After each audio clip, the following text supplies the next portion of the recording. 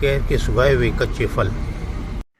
रेगिस्तान का चंदन मानी जाने वाली वनस्पति का संस्कृत में नाम है करीर, कीकर।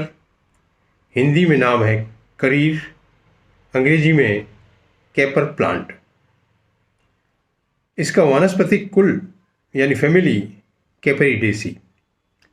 ये झाड़ीनुमा वृक्ष पश्चिमी राजस्थान, मारवाड़, पंजाब और हरियाणा में शुष्क क्षेत्र में सर्वत्र पाए। कच्चे फल और पके फल और लकड़ी की उपयोगिता के कारण मारवाड़ के जनजीवन में बसा हुआ है, जुड़ा हुआ है। इसकी लकड़ी किसी भी प्रकार का कीड़ा नहीं लगने के कारण रेगिस्तान का चंदन कहलाती है। लकड़ी काफ़ी शार्प, स्ट्रॉन्ग और ठोस होती है, खोखली नहीं होती। इसका तना खोखला नहीं होता। इसकी लकड़ी झोंपड़े, आटा पीसने की घट्टी की कील इत्यादि बनाने के काम आती है। लकड़ी जल्दी जलती है और धुआं भी कम देती है। जलने पर यह कोयला बनता है, राख नहीं। इसकी लकड़ी का हवन, यज्ञ और दाह संस्कार में काफ़ी महत्व है। इसे शुभ माना गया है। ये साल में 2 बार फल देता है।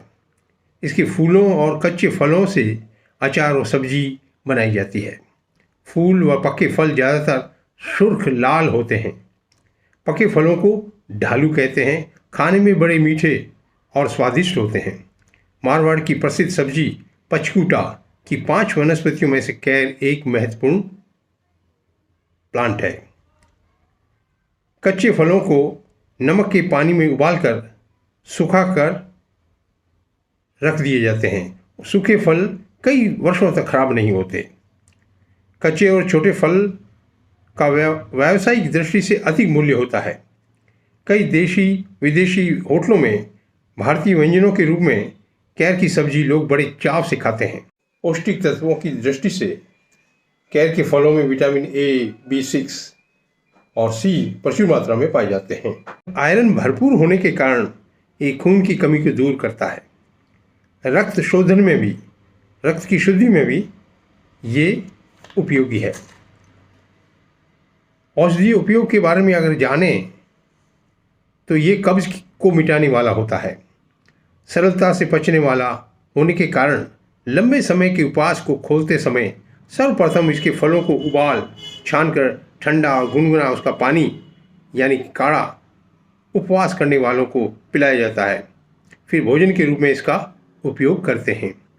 डायबिटीज़ के रोगियों के लिए लाभकारी है। मूत्र शर्करा को दूर करने में इसकी कोई हानि नहीं। वात रोग और पुराने घावों में इसका लेप किया जाता है।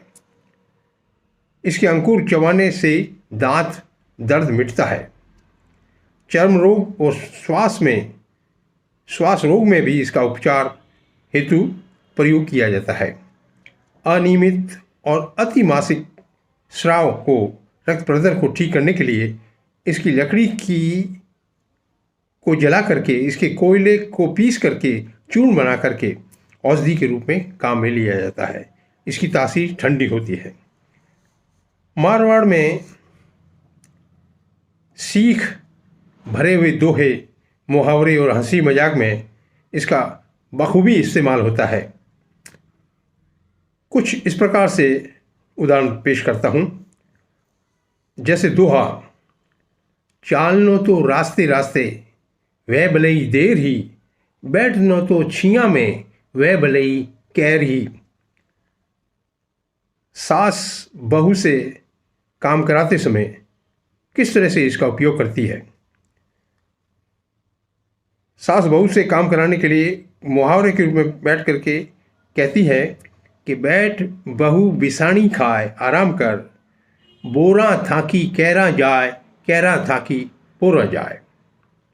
कि रेगिस्तान के इस चंदन नाम की झाड़ीनुमा पेड़ का नाम है कैर।